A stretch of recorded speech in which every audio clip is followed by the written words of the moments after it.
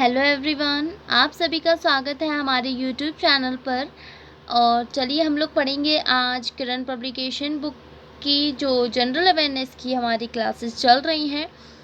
तो उसका हम लोग आज टाइप 3 के कुछ क्वेश्चंस हमारे कंप्लीट हो चुके हैं और आज हम लोग उसके आगे के क्वेश्चंस पढ़ेंगे। तो चलिए आज की क्लास की शुरुआत करेंगे बिना टाइम वेस्ट किए हुए। तो चलिए आ जाइए सभी लोग क्लास में, जल्दी जल्दी से हम लोग अपनी क्लास स्टार्ट करते हैं। चलिए तो शुरू करते हैं हम लोग आज की क्लास। हमारा फर्स्ट क्वेश्चन है, निम्नलिखित मौर्य शासकों में से किसने 261 ईसा पूर्व में कलिंग युद्ध लड़ा? ये क्या है, लड़ा रूप था, ये गलत है। कलिंग युद्ध लड़ा था, ये रूप हटा दो, ठीक है, ये गलती से लिख गया होगा शायद। ओके, तो किसने 261 ईसा पूर्व में कलिंग युद्ध लड़ा था? इसके ऑप्शंस हैं अशोक, बिंदुसार, बृहद्रथ या चंद्रगुप्त मौर्य। तो इसका सही आंसर होगा option A, Ashok is the right answer. इसका हमने आपको बताया भी था। यस, यदि आपको याद हो, कल की क्लास जिसने भी देखी है तो कल की क्लास में हमने आपको बताया भी, ये वाला क्वेश्चन इसी टाइप का एक और क्वेश्चन था, सेम एज ऐसे ही था, कलिंग के युद्ध से ही रिलेटेड था। और हमने आपको ये भी बताया था कि जब अशोक ने कलिंग का युद्ध लड़ा था उसके बाद उसने युद्ध करना छोड़ दिया था। ठीक है, युद्ध करने के बाद उसको रियलाइज़ हुआ कि बहुत सारे लोग जिनका कोई दोष भी नहीं होता वो लोग युद्ध में मारे जाते हैं और जन धन हर चीज़ की हानि होती है। तो फिर उसके बाद कलिंग के युद्ध के बाद उसने लड़ाई छोड़ दी थी, कोई भी युद्ध करना छोड़ दिया था। ठीक है, जिसने भी कल की क्लास देखी है तो उसको पता होगा, अगर नहीं भी पता है तो जो भी आज की क्लास देख रहे हैं तो मैंने एक बार रिवाइज करा दिया आप लोगों को। ओके, तो चलिए हम लोग नेक्स्ट क्वेश्चन की तरफ चलेंगे। अगला क्वेश्चन है, निम्नलिखित में से कौन शुंग वंश का संस्थापक था जिसने अंतिम मौर्य सम्राट की हत्या करके अपना राज्य स्थापित किया था? इसके ऑप्शंस हैं देवभूति, पुष्यमित्र, भगभद्र या अग्निमित्र। तो इसका सही आंसर होगा आपका ऑप्शन बी, पुष्यमित्र। ठीक है, इनका नाम था ना पुष्यमित्र शुंग। तो पुष्यमित्र शुंग ने, एक सेकेंड, पुष्यमित्र शुंग ने, तो पुष्यमित्र शुंग ने ये मौर्य सम्राट के जो अंतिम शासक थे। अच्छा, मौर्य सम्राट के जो अंतिम शासक कौन थे? अंतिम शासक किसका? मौर्य का। ठीक है, मौर्य वंश का जो अंतिम शासक कौन था? बृहद्रथ। ठीक है, नाम याद रखिएगा। तो मौर्य वंश के जो अंतिम शासक थे बृहद्रथ, इनकी हत्या कर दी थी पुष्यमित्र शुंग ने और फिर इसने अपने शुंग वंश की स्थापना की थी। ठीक है, तो याद भी रखिएगा, ये शुंग वंश के क्या है? संस्थापक हैं। ओके, पहले राजा या शुंग वंश के संस्थापक। क्लियर? ओके, अगला क्वेश्चन है आपके सामने, आ जाइए।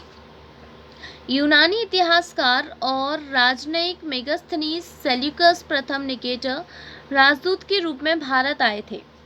वह निम्नलिखित में से किस मौर्य सम्राट के दरबार में आए थे? ऑप्शंस है इसके चंद्रगुप्त मौर्य, बृहद्रथ, अशोक या संप्रति। तो इसका सही आंसर होगा ऑप्शन ए, चंद्रगुप्त मौर्य के दरबार में आए थे। ठीक है, मेगास्थनीज और सेल्यूकस निकेटर। ठीक है, और ये भी याद रखिएगा कि ये 5 वर्षों तक जो मेगास्थनीज था ये चंद्रगुप्त मौर्य के दरबार में ये 5 वर्षों तक रहा। ठीक है, 5 वर्षों तक रहा ये। ओके, अगला क्वेश्चन है आपके सामने। अगला क्वेश्चन है, निम्नलिखित में से कौन सा राजवंश मौर्य साम्राज्य की स्थापना से ठीक पहले मगध पर शासन कर रहा था? जब मौर्य शासन की स्थापना नहीं हुई थी उससे पहले कौन मगध पर शासन कर रहा था? हर्यक वंश, शुंग वंश, कण्व वंश या नंद वंश। तो इसका सही आंसर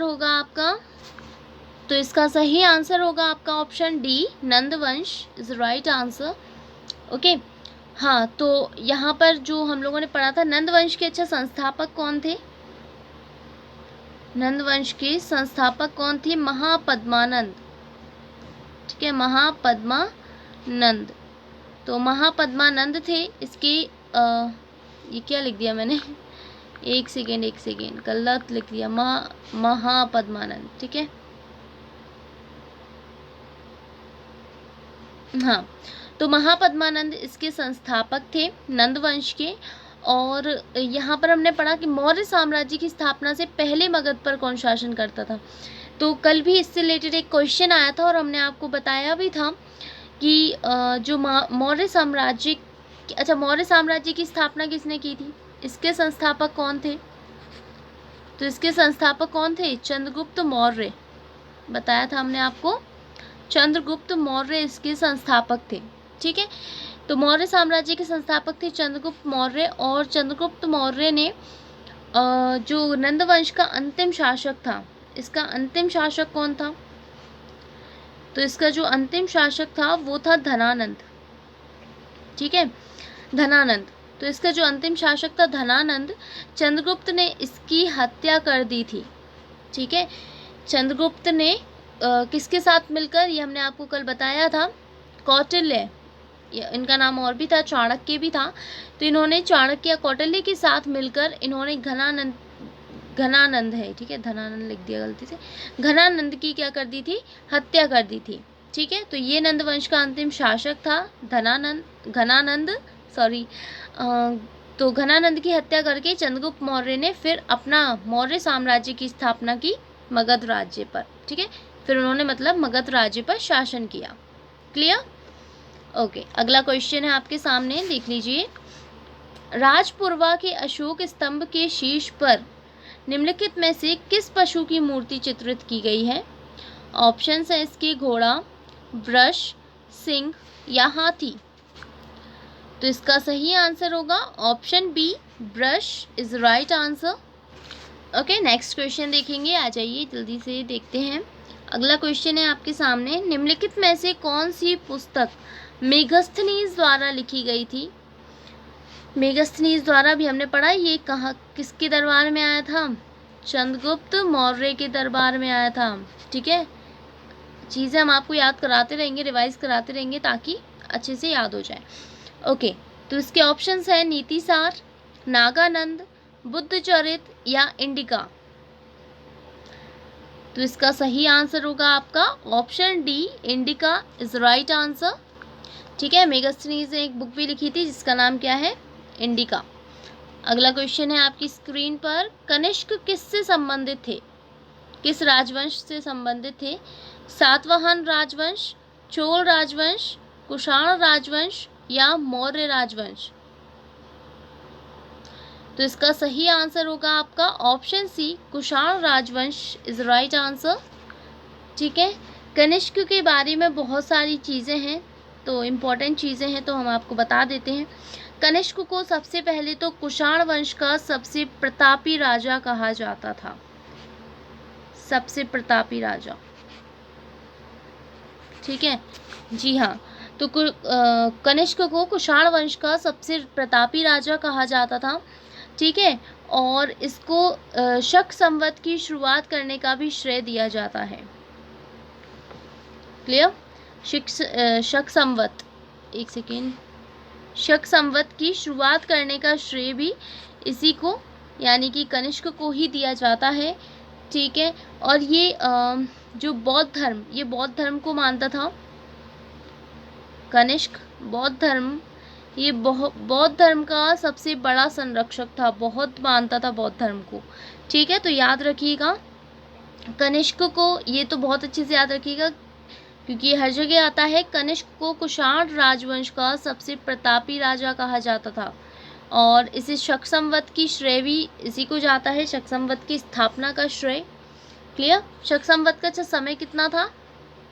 इसका समय क्या था? 78 ईस्वी ना, और बौद्ध धर्म का ये मानने वाला था। क्लियर? नेक्स्ट क्वेश्चन है आपके सामने, देख लीजिए। बुद्धचरित बुद्ध की आद्योपांत जीवनी है जो डैश द्वारा लिखी, किसके द्वारा लिखी गई है? ऑप्शंस हैं वाणभट्ट, अश्वघोष, वसुमित्र या पाशर्व? इसका सही आंसर होगा आपका ऑप्शन बी, अश्वघोष द्वारा बुद्धचरित, यानी जो बुद्ध की अद्योपांत जीवनी है, उनकी जीवनी लिखी गई है पूरी, ठीक है, बुद्धचरित में। फेमस बुक है ये अश्वघोष की, इसको याद रखिएगा, इंपॉर्टेंट क्वेश्चन है, ठीक है, डबल स्टार लगा लो। ओके, अगला क्वेश्चन देखते हैं। धमेघ स्तूप कहाँ स्थित है? ऑप्शन है इसके वाराणसी, श्रावस्ती, कुशीनगर या गया। ऑप्शंस, इसके सही आंसर होगा option A, Varanasi is the right answer. अगला क्वेश्चन देखेंगे। अशोक के अभिलेखों के अनुसार निम्नलिखित में से कौन सा मगध साम्राज्य में एक प्रांतीय केंद्र नहीं था? इसके ऑप्शंस हैं तोसली, उज्जैनी, तक्षशिला या इंद्रप्रस्थ। तो इसका सही आंसर होगा option D, Indraprastha is the right answer, ठीक है। ये अशोक के अभिलेखों के अनुसार है कि इनमें से कौन सा एक मगध का प्रांतीय केंद्र नहीं था, तो इसका आंसर सही है आपका इंद्रप्रस्थ, ठीक है, क्लियर। तो गाइज यहाँ पर आपके क्वेश्चंस होते हैं समाप्त, और अब हम मिलेंगे नेक्स्ट वीडियो में आगे के क्वेश्चंस के साथ। तो सभी लोग तैयार रहिएगा नेक्स्ट वीडियो के लिए, और जिसने भी अभी तक वीडियो को लाइक नहीं किया है, वीडियो को लाइक कर लीजिए, और जो भी चैनल पर पहली बार आए हैं वो लोग चैनल को सब्सक्राइब ज़रूर कर लीजिए। इस चैनल पर आपको डेली करंट अफेयर्स और डेली करंट पब्लिकेशन बुक की, जनरल अवेयरनेस की बुक की पूरा सॉल्यूशन डेली आप लोगों के लिए लाया जाता है। तो जिसने ख़रीद ली अच्छी बात है, हमने कहा, और जिसने नहीं खरीदी है उसके लिए ये वीडियो बहुत हेल्पफुल होगी, तो आप लोग ये वीडियो ज़रूर देखा कीजिए। ओके, तो जिसने भी अभी तक चैनल को सब्सक्राइब नहीं किया है, चैनल को सब्सक्राइब कर लीजिए, वीडियो को लाइक कीजिए और अपने दोस्तों के साथ शेयर भी कर दीजिए, ठीक है। और हमें कमेंट करके भी बताया कीजिए कि आपको हमारी वीडियोस कैसी लगती हैं।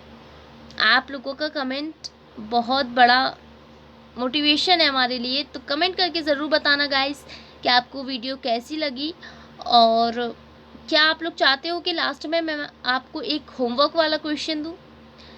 अगर चाहते हो तो कमेंट करके ज़रूर बताना, कल से मैं आपको एक होमवर्क क्वेश्चन दूंगी, ठीक है, और उसका आंसर जो है वो नेक्स्ट डे बताएंगे, ठीक है। तो चलिए हम मिलेंगे नेक्स्ट वीडियो में, तब तक के लिए आप लोग अपना ध्यान रखिएगा और अपने पेपर एग्ज़ाम की तैयारी बहुत अच्छे से करते रहिए, ठीक है। All the best, thank you.